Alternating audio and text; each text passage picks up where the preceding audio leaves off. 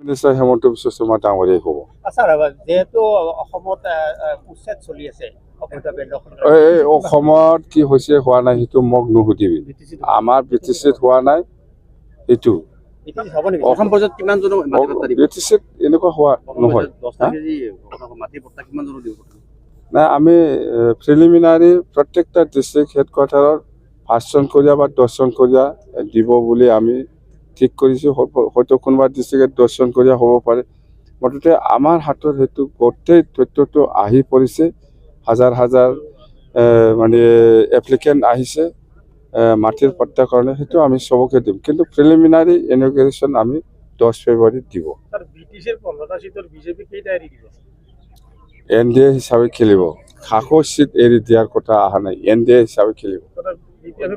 NDA হিচাপে খেলিব, খাকো seat এৰি দিয়াৰ কোনো প্ৰশ্ন অহা নাই।